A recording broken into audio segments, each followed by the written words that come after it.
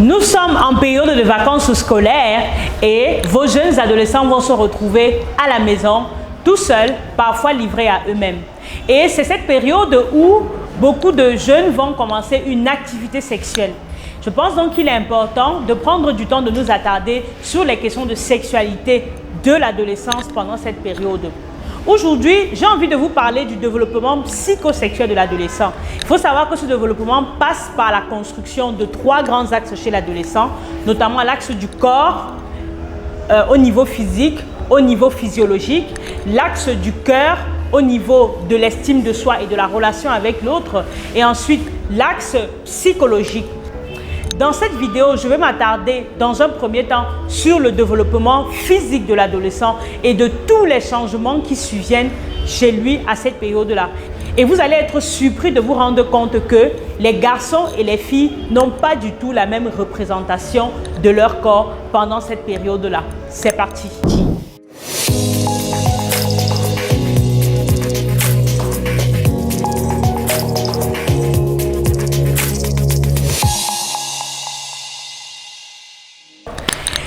Hello! Bienvenue sur ma chaîne YouTube. Je suis Linda Takou, sexologue et sage-femme.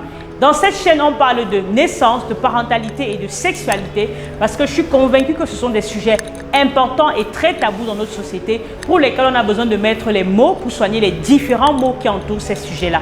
Si cette aventure t'intéresse, alors je t'invite à faire tes 2 premiers pas sur la chaîne. Premièrement, va dans la barre et clique sur la cloche notification pour t'abonner à cette chaîne et pour être informé de l'apparition de nos nombreuses vidéos hebdomadaires. Et ensuite, télécharge gratuitement le petit e-book que j'ai écrit pour toi qui s'intitule 5 clés pour entretenir le désir avec ardeur. C'est un petit e-book qui se lit très rapidement et qui va te donner des outils simples et pratiques que tu peux utiliser pour toi aussi à entretenir le désir dans ta relation. Et si bien sûr tu as envie d'aller plus loin, toujours en bas de description, tu peux réserver directement un appel de consultation ou de coaching avec moi. Tout d'abord, il faut savoir que les adolescents ont à vivre de nombreux changements physiques dans leur corps qui va créer énormément de bouleversements dans l'image et dans les représentations qu'ils ont de leur corps. Il y a un mois, j'ai été invitée dans un collège pour faire de l'éducation à la sexualité positive pour des jeunes. Et j'ai été vraiment surpris de me rendre compte que ce que les garçons avaient comme image du corps de la femme et même de leur corps était totalement différent de ce que les femmes avaient comme image de leur corps et du corps de l'homme. Et ça m'a permis de comprendre pourquoi est-ce qu'il y a tellement de divergences dans la relation homme-femme. Dans cette vidéo, je m'en vais te partager quelles sont les principales représentations que se font les jeunes garçons adolescents par rapport aux jeunes filles adolescentes. Déjà au niveau de la représentation du corps masculin, il faut savoir que pour les garçons, les principales craintes et les principaux questionnements qu'ils ont dans cette période d'adolescence, c'est principalement sur la taille de leur pénis. C'est vraiment la question qui revient le plus. Est-ce qu'ils ont la bonne taille? Est-ce que leur pénis est normal? Et ça, c'est la première question qui vient avant la deuxième question, qui est celle de s'assurer du fonctionnement de leurs organes génitaux. Est-ce qu'ils peuvent avoir une bonne érection? Est-ce qu'ils peuvent avoir une bonne éjaculation? Est-ce que leur sperme est normal? Est-ce que c'est en bonne quantité? Ça, c'est les questions que les garçons vont se poser concernant la représentation du corps masculin. Tandis que chez les filles, les questionnements qu'elles vont se poser par rapport à la représentation du corps masculin, ça va être aussi premièrement sur la taille du pénis, mais pas pour savoir s'il est assez gros ou bien s'il n'est pas assez gros, non. Ces questions vont surtout être par rapport à l'acte sexuel. Il faut savoir que les filles auront tendance à regarder le corps des garçons par rapport à l'image que les garçons eux-mêmes se font de leur corps. Et comme les garçons auront tendance à exagérer, les filles vont avoir une image parfois biaisée ou parfois trop exagérée du pénis. Et cela va conduire à une angoisse qu'elles vont avoir lors de la pénétration, lors de rapports sexuels en disant « Est-ce que le pénis est trop gros? Est-ce que je vais avoir mal? Est-ce que ça va bien se passer ou pas ?»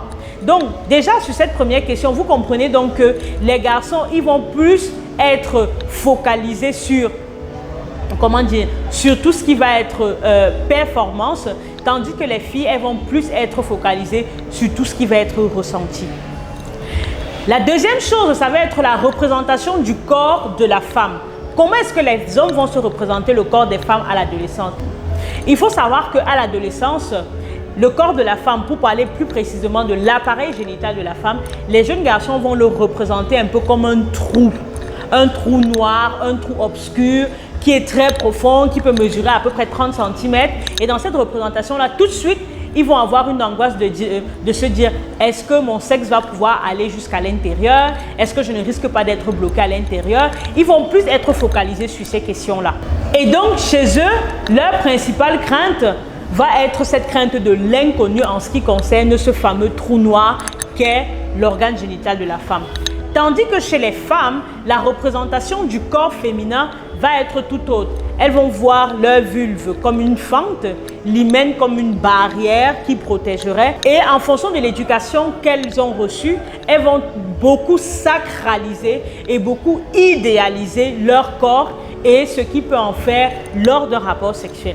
Vous voyez une fois de plus que en ce qui concerne la représentation qu'on a du corps, que ce soit du corps masculin, même que ce soit du corps féminin, les garçons vont plus être dans quelque chose de performant. Est-ce que je suis capable? Tandis que les femmes vont toujours être dans du ressenti, dans comment est-ce qu'elles vont vivre les choses en fonction de comment est-ce qu'on les a éduquées.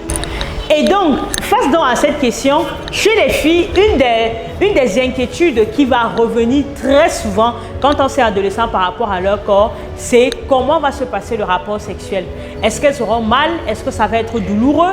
Alors, vous comprenez donc que les jeunes filles, elles vont beaucoup se poser des questions sur le rapport sexuel et principalement la pénétration.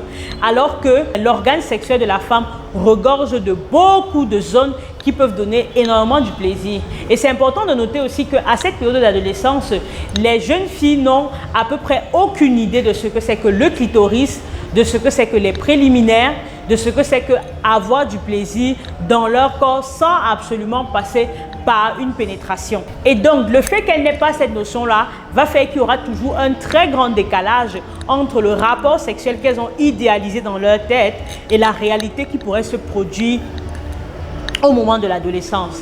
C'est pour cela qu'il est important, dans un premier temps, pour une bonne éducation sexuelle positive, de prendre le temps d'apprendre à nos adolescents à connaître leur corps et à se le représenter de la manière la plus juste possible. Cela peut parfois passer par des séances de causerie. On va prendre le temps de dessiner au plus près ce qui existe. Et ça va également passer par le fait que des adolescents ou les adolescents à la maison peuvent prendre un miroir et regarder leurs organes génitaux pour se faire une idée vraiment claire de ce que c'est.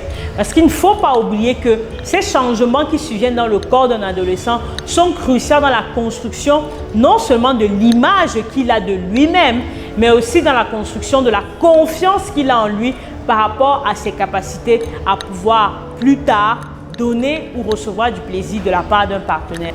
Toi qui es parent et qui m'écoutes, je t'invite vraiment à porter de l'attention au développement du corps de ton enfant. Il ne s'agit pas juste de regarder comment ses seins se développent, comment les poils poussent sur son pubis, comment ses testicules prennent de plus en plus de l'ampleur. Non, il ne s'agit pas que de ça. Il s'agit vraiment de discuter avec lui et de pouvoir mettre les mots sur tous ces changements physiques-là.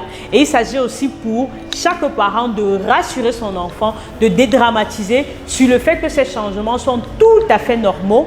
Et pour pouvoir dédramatiser, une bonne astuce que je vous conseille à vous les parents, c'est de parler vous aussi de votre propre histoire aux enfants. De leur parler de comment est-ce que vous-même vous avez vécu ces changements physiques dans votre corps et de comment est-ce que cela vous a affecté. Je pense que ça peut être un très bon moyen pour déconstruire les idées fausses que les adolescents se font sur l'image de leur corps et pour les aider également à grandir et à accepter leur corps tel qu'il est, avec les formes qu'il a et avec la beauté que tout un corps regorge. Voilà ce que je voulais te partager sur cette question de développement physique de l'adolescent. Si cela t'a plu, je t'invite à le partager massivement à un jeune, à un parent qui aurait bien besoin d'avoir plus d'informations sur ces questions-là. Et je t'invite aussi en commentaire à me dire ce que tu en penses et peut-être à me dire des points que j'aurais oublié de partager dans cette vidéo. Sur ce, je te dis à très vite.